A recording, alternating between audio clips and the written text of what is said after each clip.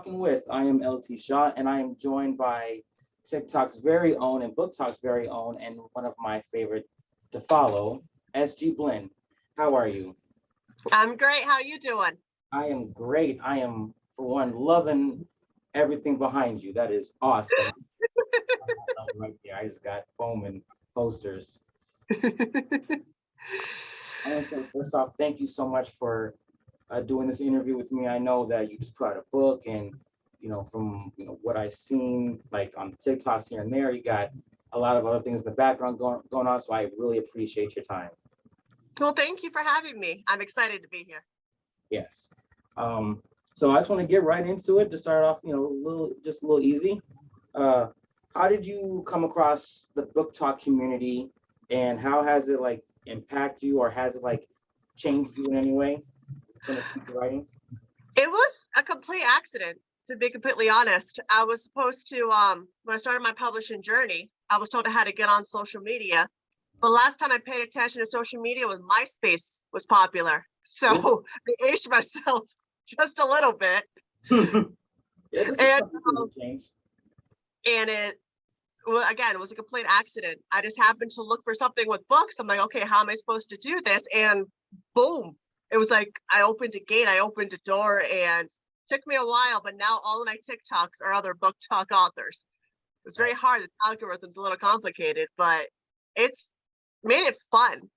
It made writing so much more fun and entertaining, because when you're having a bad day or just not feeling it, start scrolling and you're like, oh, okay, I got this. Everyone else did. So you make great people. It's how I met you. So I think it worked out pretty well.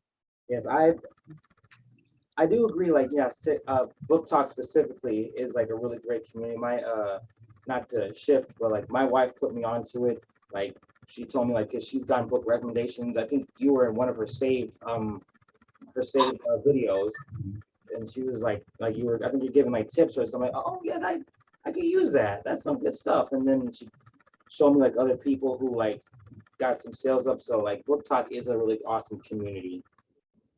I'm really glad.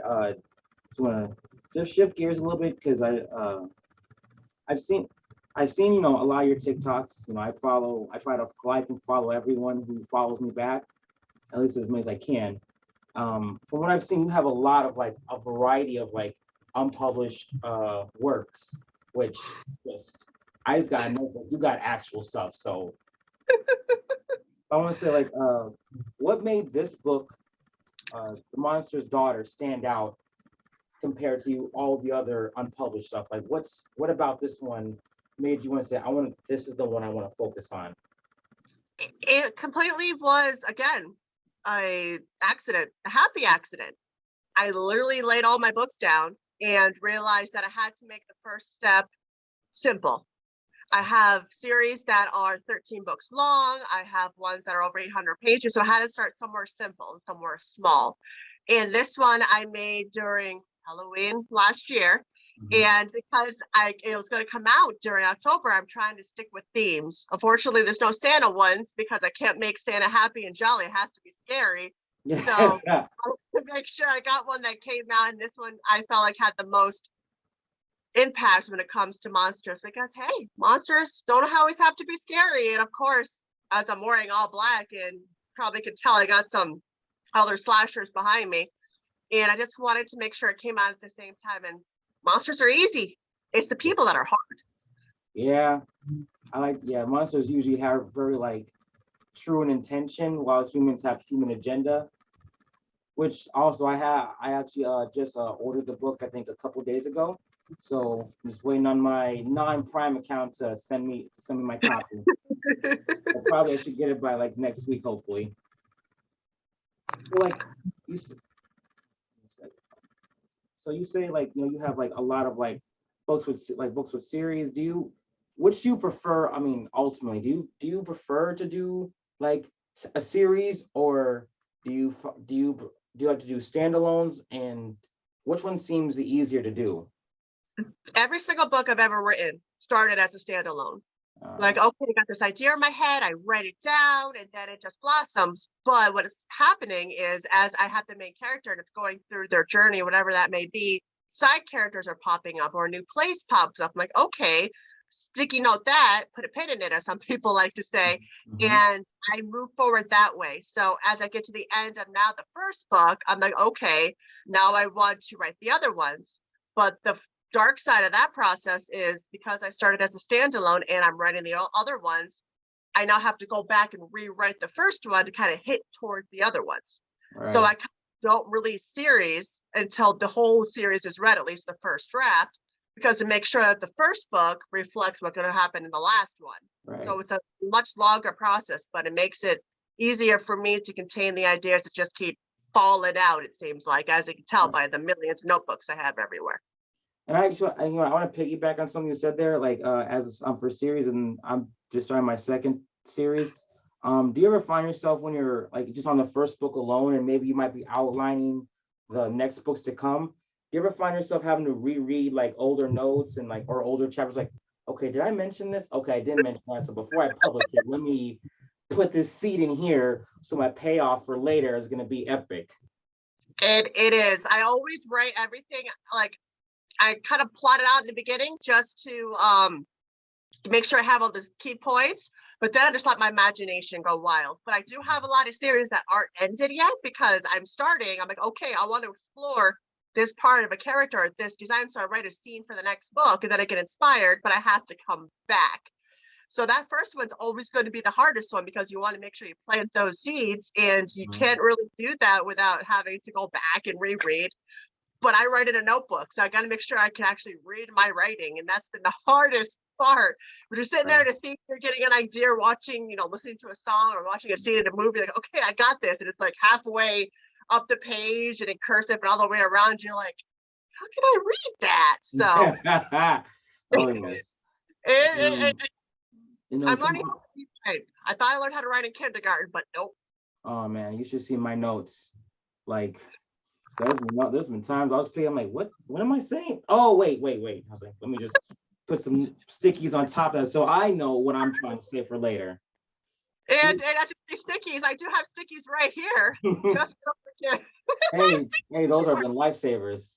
Exactly. You got to make them bright because if they're dark or natural colors that just blend in the carpet that you have on the floor, you're gonna lose them. Oh yeah. I get like the most obnoxiously yellow like stickies I can find. And one before I go to the next question, I want to say something again about series. And I'm finding this a lot about series as I write and as I meet other book talkers and discuss more about it. You always find like your first book of the series is a lot more of like the introduction to characters and world, and you feel like and do you ever feel like with your second book of a series you get to breathe more because you've already established everyone, the themes, atmosphere, and everything? You ever feel like with the it's easier to go in the second book than the first book? And the first book always feels like an instruction manual. As you explained it much better than I did. It's like it's an instruction manual. Yes, and I'm so afraid that you have to be technical, you have to be literal. And I don't know if that turns people off sometimes because like, okay, this is a little bland because you're explaining how the city works, how the currency works. If you do fantasy, how like if you have magic or monsters or whatever you do. But the fun stuff is after. You just have to get through. Yes, every time. Give me a chance. The second one's so much better, but you have to say it first. That's why I'm like, I gotta have humor. If you don't add like a little like cracker or joke, I feel like I lose people trying to explain the currency system of a foreign land or something. It's good to actually hear that. It's not just me thinking that like, because like I wish I just put parentheses like, listen, it's gonna get a little slow. Just I promise you, get to like hang into chapter 5 or 7. I promise you. I just need you to know what's going on and why everything exists the way they do, so that like later on when this is mentioned offhand, like, well, what does that mean? And I don't know what this terminology in this world means. Like, don't worry, that's what this first book is for. And just like you said, it's like an instruction manual. Now we can breathe in part 2 and 3 and so on. Right, but I noticed that if I have like in Monster's Daughter, there's a glossary to explain what the monsters are because I took a lot of them from Greek mythology or I use Latin words. So I define them in the beginning so I can explain what they look like, but I don't have to explain in depth what they do. So if I explained what a hellhound is, everyone kind of has their own interpretation, but say their body's long, lanky, and big, and it's a hellhound, they can, okay, I can associate that with what I already know or what I defined at the beginning. So it kind of shortened my introduction time. I can keep the thing flowing. But I noticed in some other people's books too, as well as my own, if I make it too long, it feels like a dictionary. So you kind of have to weigh the options of Yes. want a glossary or not. And if I do, make it short and sweet. Do I want a prologue or not? Make it short and sweet, because short and sweet keeps the story flow. That's why my books are a little smaller, I but I need to explain it. So with currency, I want to show you a picture, but I can't show you an actual picture in a book. It's really, I'm so used to, because I got my degree in media arts, and I was so used to not having a physical picture to demonstrate what I'm trying to show at these words. It's really hard to find the words sometimes. That's why I'm like, I'm going in a dictionary. Let me give you a dictionary to explain what I mean. And I'm like, Mhm. people I like love that dictionary. glossary idea too. I love it. Yeah, it's helpful, but it's sometimes it can be a curse. So you Yeah. gotta find a happy medium. And like without giving away your story, like what is something you want the readers to take away from The Monster's Daughter? That you don't always know who's the bad guy or who's the good guy. Oh, I I like always that. see themes of good and evil, but reversed. But you don't know when it's reversed. So I kind of like to keep people on their toes. So you may fall in love with the character. I may off them the next page. I'm sorry. It is what it is. Yeah. But because I'm an emotional writer, I write a lot based on emotions. If I'm having a really bad day that day, the good guy may be the bad guy. It may off the good guy. It may off the real good guy. So be prepared for some surprises. But I do promise you it's a full, wholehearted story that does explain the concept of good versus evil. Maybe it's reversed, maybe it's not. And dysfunctional family, because I try to relate fantasy and horror and other different elements, but make it contemporary, make it so we can take something and understand it. When somebody struggles, I've had that struggle. It may not be with magic or monsters, but I've had that struggle with individual people. So I try to make it relatable, but fun at the same Right. time. Right. Absolutely. Yes. And I like how you were talking about like making your character or like making the things in your story contemporary. Like what um what is like your particular style of writing, and what are themes and concepts that you find yourself returning to? It's This is a funny word to say. It's a plantser, Answer? which means that I'm a plotter that writes very narrative and descriptive words. I always write fiction. In fiction, it's always going to be fiction, but it may be relatable. So if you think I'm writing contemporary fact, there's going to be a twist somewhere.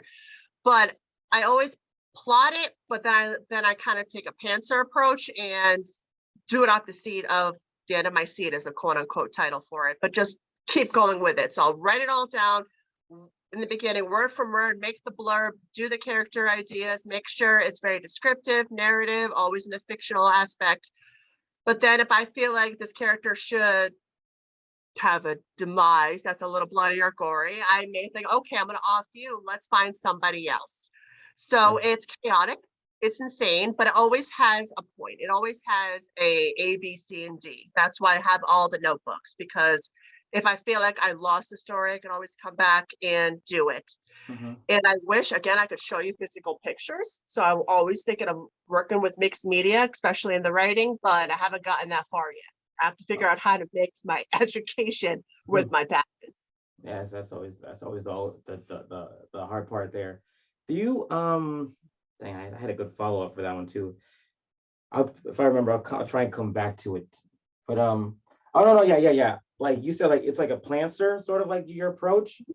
So like if I can think of like an analogy for it, would you say like it's like you have the blueprints for your home, but like whatever you might fill in it is just you'll see the day of like I have my walls here and this is where my roof is, but the colors and maybe I'll be able to do floor, like maybe do carpet or hardware, like hardwood flooring. Like you kind of just let that be as it is as the story goes. You know where you're going, but what happens in the journey might shift compared to what you wrote. That's perfect. I always know the beginning, middle, and end. I always know the main key points. I always know where the world's going to be, who the characters are going to be, but what they're wearing, how they sound, what they do between point A and point B. Mhm. I swing it, depending on how the story flows, if I've been inspired. In one of my stories, there's going to be ice skating because I was watching the Olympics a few years back and Yes. I won. So I'm like, cool, that's some ice skating because I'm inspired as I'm watching it. So, but it's Yeah. not about ice skating. So I always make sure to keep on track. And I love that I can plot it out and see it, always come back to it, make sure I don't go way off the walls. But I like having that freedom where you're not stuck. You can have that creative flow and not be too far off the path. So that's why I kind of like that mixed approach. So I'm not going to say I'm a plotter, but I don't do what I say I'm going to do because then that makes me a liar. And I don't want no lies.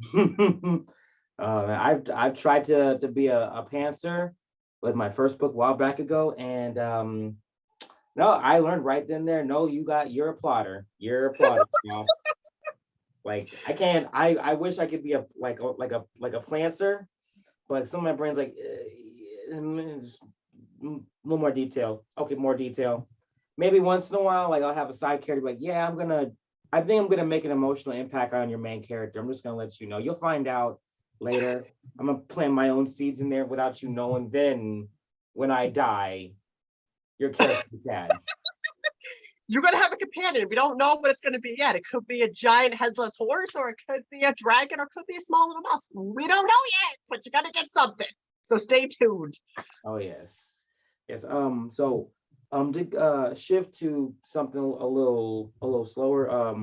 Because I think I feel like as when it comes to book talk, maybe it's not talked about as much.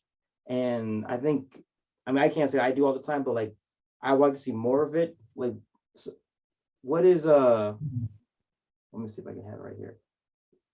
What are your lows? Like do you get lows? And if you do, how do you get out of them? Whether it's imposter syndrome or just lack of motivation or the writer's block, what like do you get them? And if you do, how do you get out of them? I get all of those. I think everybody, if somebody says they don't get imposter syndrome or have a lack of confidence, they be lying. Yeah. Because we always will take other people's accomplishments and say, okay, well, they're a New York Times bestseller and I'm not, I must suck. But no, you shouldn't take away from their accomplishment because they were where you were at one point. And it's very hard for people to realize that and not take somebody else's accomplishment internally as something bad. So I've had those days, those imposter syndromes, those lack of confidence. And if that means I have to step away from TikTok for a moment, that's okay. But I make sure that I never stop writing. So there has been times in social media to where I got a new job, I have to work, or there's outside influences that makes it so I don't post a TikTok every day, but I always make sure to stay present somewhere else. That's why I kind of went back to like other platforms like Instagram or Twitter and just sent like a silly picture of a pen. That's just to show that, hey, I'm still here. I'm not, nothing happened to me. Still alive, everyone. Right, I'm still here.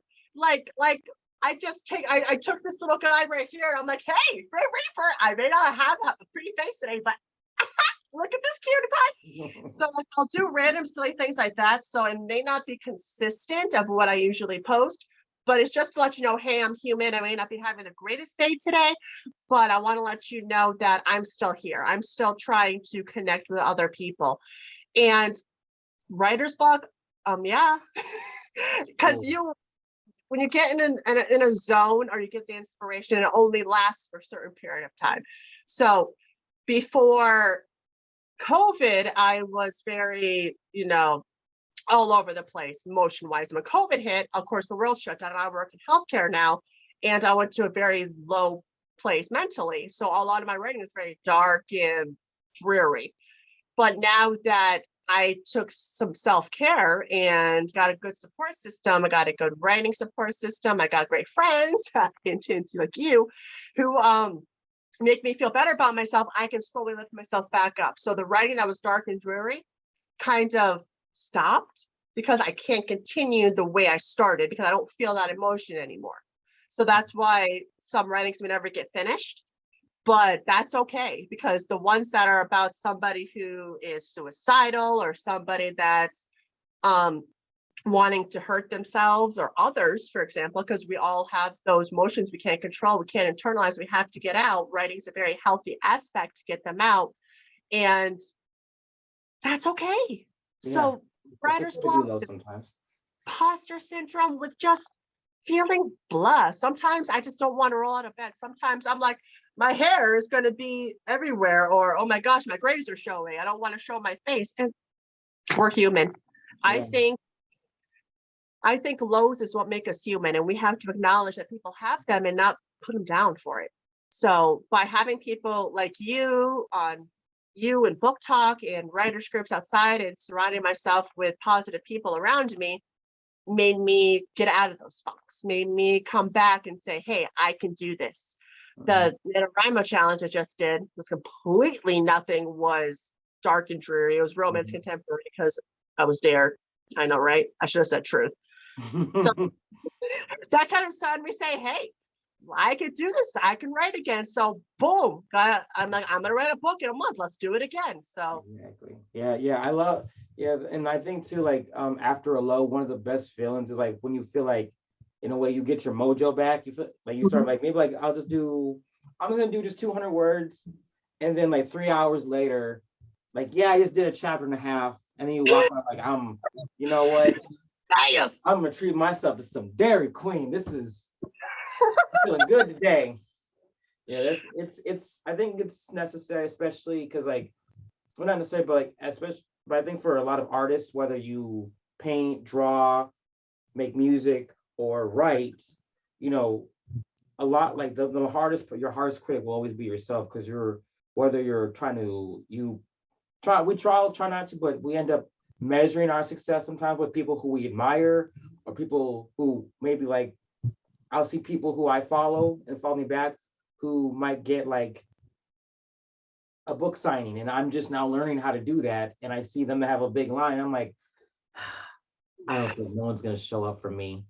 And then you gotta say no, because they've been on the app longer. They've obviously have a much bigger following. So be patient with yourself. They've found their way. You will find your way. You know, and I like to see like people like you, me, and several other people communicate that like you're on your own. You're on your own way. So just find your way. And something that because I want to go talk about your book for a little bit. But something if because I'm gonna have two questions for you addressing the readers, but just something just for one for the publishing world. What is something like if what is something about the publishing world that you would want to change? I have been gotten so many rejections trying to get traditionally published, and I've been trying for 10 plus years, and it's never been the story. It's always been, I'm sorry, this is not something I'm looking for, keep trying. I think it should be more accessible. The publisher should be more accessible to the authors that are trying to make their breakout thing, because sometimes the gatekeepers, and I have nothing against the agents, I really don't, because there's some wonderful people out there, but I really wish they would make it easier for independent authors to be seen, to be heard, to have a bigger platform, to be able to, because I can't promote myself very well. The query letter is promoting yourself. So I think they should, then looking at the query letter, say, okay, this person doesn't, I don't have an education in writing. I learned it over time. Well, because this person doesn't have an education in writing, because this person didn't write for a newspaper, because I don't know who this person is, I'm just going to dismiss it without even trying. Right. Or you're writing the first book of a series, they ask for the first like 15 pages. I'm like, that's just a description of what the building looks like. Yeah. But you got to get to the 30th page to get into the groove. So I wish you they needed chapter 10 before you know. Right, always ask for the full manuscript. So yes, maybe I need to work at the beginning a little bit, but the ending is awesome. It's just getting those things. So I think the publishing world needs to give us a chance and say that it's harder for us to promote ourselves to you. So maybe you should just take what we have to offer, take a chance, like look at it. You don't have to say yes or no, but just look at the full concept. rather than just to itty bitties or say, I won't talk to you unless you have a friend, the agent. But it's hard to get an agent because everybody's either full, or it's really hard to find somebody that likes contemporary fantasy with horror and, you know, random humor, because that doesn't Right. really exist. That's not really a genre because you're mixing it all up. So Right. people who have mixed genres like me, it's very hard to promote yourself. So I wish it was easier to be Yeah. seen. Yeah, definitely. Yeah, with the yeah, some of the two things you said, like I feel like there should be a department or just like a group of like, look, we'll take in X amount, like first come, first serve. We're gonna on this day, we're gonna allow as much as we can for like unsolicited manuscripts, and we have like, let's just say 55 people. They're gonna read, each person gets X amount of books to read at a time. Then we're gonna stop taking in, and then based off of like each one, like, hey, we like these books per group, and then we're gonna just send them, they can weed them out a little bit better, at least, so that at least you're being told no, because like maybe, hey, the story needs more polish, or maybe, it didn't connect with enough of us here, but at least like, that it was seen, and and it's not because you can't write a good query letter, because it's a lot of writers will promote our books way more than ourselves. Like, hey, don't worry about me, but this character, she's awesome. This is who you got to worry about. I just type what she's doing. Right. It's why we write. So I just wanted to add to what you said. It's why we want to be those, like, I don't want to say I want to be all my characters, but I want to be something more than I am. So I can promote this fictional character that I created in my image, or part of me in my image, better than myself, because I don't want to talk about myself. I don't want to seem like the overconfident little butthole that's like, hey, I'm great at writing, you should read my stuff because I'm awesome, because people be turned off by that. But how much self-confidence can you show without seeming like a total Yeah. or right, there's no way to learn besides rejection, but rejection sometimes comes 2 years later. I still have 4 queries out that I did 5 years ago with nothing. So I'm like, is it good? Is it bad? I don't know. Maybe someday I'll know, but for now I'll just do it myself and kind of get ego boosted and get my stories out there and just learn. There's only you have to do to learn, and they not letting you do. The best teacher. Yes. And then the other thing, it's not really much about the question, but just I feel like it's become a lot more and more common in the indie world more than it is traditional. Because I noticed in traditional publishing, a lot of writers can just say, hey, I'm gonna do straight horror, straight or paranormal or fantasy or sci-fi, while I've noticed in the indie world, there's a lot more genre crossing, because whether it's like the idea is just like, hey, I'm not trying to make it this, it's just all of this because it works for the story, or I want to reach everyone. Like do you find yourself doing that, like do you purposely do multi-genre, or does it just happen as it does?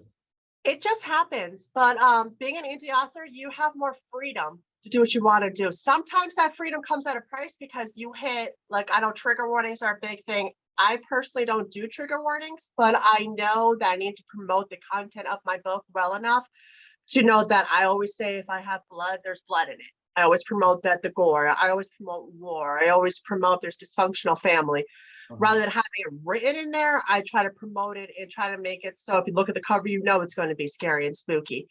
But people are able to write as dark or as erotic as they want without somebody saying, nope, bad, you can't do that. So by having that freedom, we're able to explore different genres, different avenues, and combine them and experiment and have fun with writing. Because I haven't been accepted in traditional publishing, but from what I understand and read and seen on other people's posts that have been, is there's a lack of control. There's a lack of control what your cover looks like. There's a lack of control what your book can do. They said, okay, well, I want your character to do this. And I'll be like, no, I want it to do this. But as an indie author, you can say, screw it, my character is going to go on its head and spin around like The Exorcist, and then come back saying, boom, with balloons from cousin it. I don't know. Exactly. Because it's still very directed. We're not, it's good to have a boss, but when you're your own boss with rules and understandings that not everyone's going to like it if you cross it or if it's something new, then this whole weight is lifted off your Right. shoulders. And that's why I love being indie and having the ability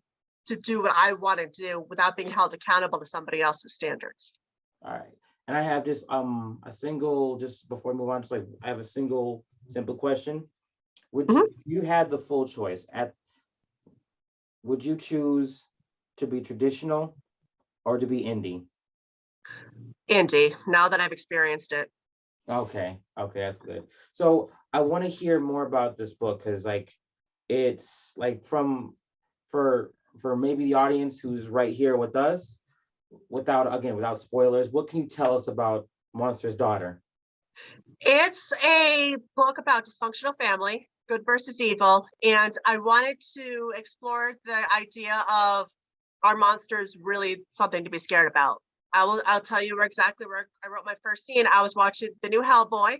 I'm not going to give my movie critique because I have opinions about it, Mm, but just the descriptions and how the monsters were made, and I wanted to create a visual to where everybody can be accepted no matter what they look like. So what's going on in our world, I wanted people to be able to relate and elaborate. That's just because somebody looks different than you don't have to be scared of them. So rather than saying, okay, I don't want to talk about what's going on in the actual world, let's say, okay, one race is going to be monsters, one race is going to be magic. We're not going to say anything else. We're just going to explain that one person lives in the dark, one person lives in the light, and they never cross. But when they do cross, there's a problem, and how they solve the problem is what this book is about. Because somebody crosses the light and the darkness, the monsters and the magic, and questions, why are they fighting? Why is the world the way it is? And by questioning society in both aspects of the light and the darkness, it brings her a lot of trouble. And the adventure, this whole story is her navigating that trouble, finding the secrets that the world is what but it isn't supposed to be, what her family is and what she thought about them to the reality of what it is. So I always make sure to have aspects that I can personally relate to and having aspects that I know other people can relate to. There's the humor, there's the crush. There's no hardcore romance like it's talked about, but it's not explored because I don't need nothing mushy gushy. Give me a sword and head. But I made sure I was censored enough to where there's only a few F bombs in there because as you hear me talking, I'm trying really hard not to let the F bombs drop. So yeah. it's just a fun way to explore a world that's uncertain, things that we don't understand in a more fun way that we can have our opinions without being persecuted for them. Right. Yeah. It seems like it's hard to even like not going back to the app, but like even when you want to say something or give advice, you probably have to talk with yourself. Like, is this like, and I have a small follower count, but like you find yourself like, well, maybe I shouldn't talk about this because I could risk, Mhm. being shadow banned, full out banned, being upsetting people, or just straight up losing the followers. Because I mean, followers are great, and some of them do translate to readers, but you don't want to lose too many and lose that probability. But Right. yeah, I so you've got to be careful with your opinion. So, but it's good that there's a story like Oh, yours where there's there's that freedom there and there's that ability that I think is needed more in storytelling. And I do want to ask you another question too. Do you feel that authors should take a responsibility to like not just tell a story, but to say something in the story? Or do you think it should just like, I just want to entertain people? it depends on who the author is. I know a lot of people just write to market. Like a little while ago, Mafia was in. So people just wrote Mafia books to get sales, to get books out. So it depends really what the author wants to do. Those that take the risk to cross the genre, to explore topics in a creative way, are the ones that are trying to tell a story. Like I know I'm trying to tell that families may be broken, the world may be broken, but there's always a light in every darkness. Mhm. So I try to tell it in ways. I'm scared of the dark, as you can, even though I'm wearing all black. And if you look around my house, the Christmas lights don't help. But if you look around my house, everything has a gothic theme to it. I surround myself with what I'm scared of, and I no longer have a fear of it. So that's what I'm trying to incorporate in this book, is not have a fear in it. And trying to tell people you don't have to be afraid, but that's me as a person. Mhm. I always try to give a nice, kind word, but what you said about the following, um, yeah, So we got a guest. yeah, I'm married to an army man, so not saying he calls me to have the potty mouth, but it's very accepted in this house. So when I said butthole, I had to watch myself because I wanted to say something else. So I have the sign right behind me. You can't see it. It said no swearing, no profanity, no dry jokes. I'm like, dear darn it. So Yeah. I'm trying to be professional. It's very hard when you're having fun. Oh yes, absolutely. Yes. It's uh it's good to have these type of like moments and conversations with people with well, especially because I don't get to talk to a lot of other authors unless like it's in the comments section or maybe once in a while I can do a direct message, and it's good to hear and to see videos where it's like, oh, it's not just me that does that. That's awesome. I don't just, I'm not always like mentally going at myself all the time, or I do like suffer that writing problem with this, or I always hit save every other 2.5 minutes. Like, did I save it? Yeah, I don't know. Just to make sure it's saved. Okay, Yeah, let's see it one more time. I learned about cloud saving very quickly when I lost something. So, but you have to laugh. Yes, And if absolutely. people enjoy what they're passionate about, then what's the point? That's what I love about this whole thing is you just if I want to write one book the entire year, I'm still a published author. I still wrote a book. I'm my own deadline, but Exactly. That's the I'm trying best to write part. 2 a year, maybe 4, maybe 6. Who knows? It depends on how inspired I am. But the freedom just to be who you are, and I can tell you're that way too. You're just like, F it, I'm not gonna do this today. I'm just gonna do this. I'm not gonna finish this story. I want to write about the unicorn. I don't screw. I want to write about the hot shirtless guy over here. It just keeps going. You just have to have fun. And as you can tell, I'm kind of diverting off topics a little bit because I'm That's fine. having just talking about this. So it's Right. just awesome. Yes. Because we're unfortunately we're coming near the end, but I want you and I to take an opportunity, and I'll bounce off your piggyback if I can. But let's just say you're speaking to readers right now, right? Mhm. What is something you want the readers to know about indie publishing? Like whether it's one thing, a bunch of things. Like if you have a bunch of readers in front of you, what is something as an indie author that you want to tell them about indie publishing? To give us a chance, just because we don't have certain names beside us because you haven't heard us doesn't mean we're not good storytellers. Rather than judge us as a person, judge our words, as I can't talk, judge our writing. Just because you may not agree with a woman having short hair or a woman dressing all in black doesn't mean my stories are going to be dark and gothic. This one is, but but in general, don't judge us because you haven't heard of us. We know what we're doing. We know what we're talking about, and we know how to have fun. So Uh-huh. just if you see a book on a shelf, you haven't heard the author, you don't see a traditional publishing company or a publishing company at all, don't diss that book. Flip it over, look at the back, see what it is. Okay, you saw some questions, grab it and read it. You want to know more? Explore. People are afraid to try something new, and Yeah, new is okay because new is fun. as it's That's what easy. it's fun, and I guarantee you'll have a great ride if you try to anybody you don't know. Yes, and something that I did in a video a while back ago about like opinions that might upset people is, and I still stand by it. I think indie authors at sometimes can write the better stories than people who are more established. Nothing against them. It's just that we have a lot. It's kind of like the Napoleon short man syndrome. It's like I got to prove that I have value in that, so I'm going to give you the absolute best story I can because I might have your eye with the cover, which Mhm. love it.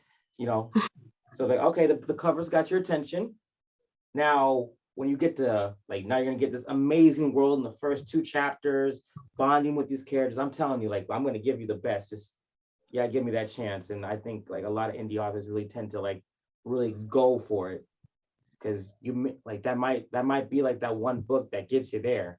Because other Hmm. places, like, it could be a social media platform that eventually maybe get enough good reviews and enough like people viewing. It's like, all right, I'm gonna read this and I'm gonna like it, and I'm gonna recommend it, and then they'll read it and they'll like it, and it's just a snowball. So, Hmm. and also, now we have indie authors in front of us. You have not before, you are a bunch of independent, brand new indie authors. Now, what is something you want to tell or advise them that you've learned in your years of writing? What is like as many or as few? What is something you'd want to tell or advise them when stepping into this world? It's going to sound cliche, but to find your tribe. I never had the confidence. I've been writing stories all the time, always write, but you don't have to actually write a word. Just by dreaming and thinking of what the idea is, writing. But you got to find your tribe. You got to find your group. And I'm part of a Facebook group that every day they do accountability checks. I'm part of Discord channels. I'm part of book talk. I'm part of all these little things, but you got to find the people that will support your dream, that will say, okay, you got a 1-star review. Pfft, that means your book is awesome because you have too much sexy scenes in there. That means that's going to inspire somebody else. Rather than people judging you that don't know the industry, you have others that will say it's okay to have a bad review. It's okay to get a rejection because that makes you stronger as a person. That makes it so people are more curious about you and say, why does this person hate it? Let me find out. You got to have that communication. You got to have that boost. You got to have those friends that just will support you in any way. And if you surround yourself by negative people, you're not going to get very far because that's where all the imposter syndrome and all of the lack of confidence comes in. Just find your tribe, find your group. It could be one person, it could be 200. Just find that one person that inspires you, motivates you, and kicks you in the butt. Okay, yes, I love that. And I will just say that the monster's daughter is now available on where? On Amazon and Kindle Unlimited. Okay, yes. So be sure to get yourself a copy. I am so thankful again to have you here. I hope to have more authors to do this with, and I just hope that you keep growing. I hope that I hope that you become the next great American novel author. Thank you so So, much. and just like I say in my videos, just keep on writing. I wish you a good day, and just let people know where they can find you, your socials. All my socials, sgblinn.com, well, SG Blinn, and then my website's sgblinn.com, but just look for SG Blinn, no periods, and I'm everywhere. I made sure to plaster this pretty face everywhere you can find it. Just to say, just shout out, say, hey, you don't have to be a reader, you don't have to be an author, just some random Joe off the street just wants to say, hey, I'll take it, because I want to build a great repertoire with people. So thank you so much for having me. I really appreciate it. I had a blast. I had fun. I really did.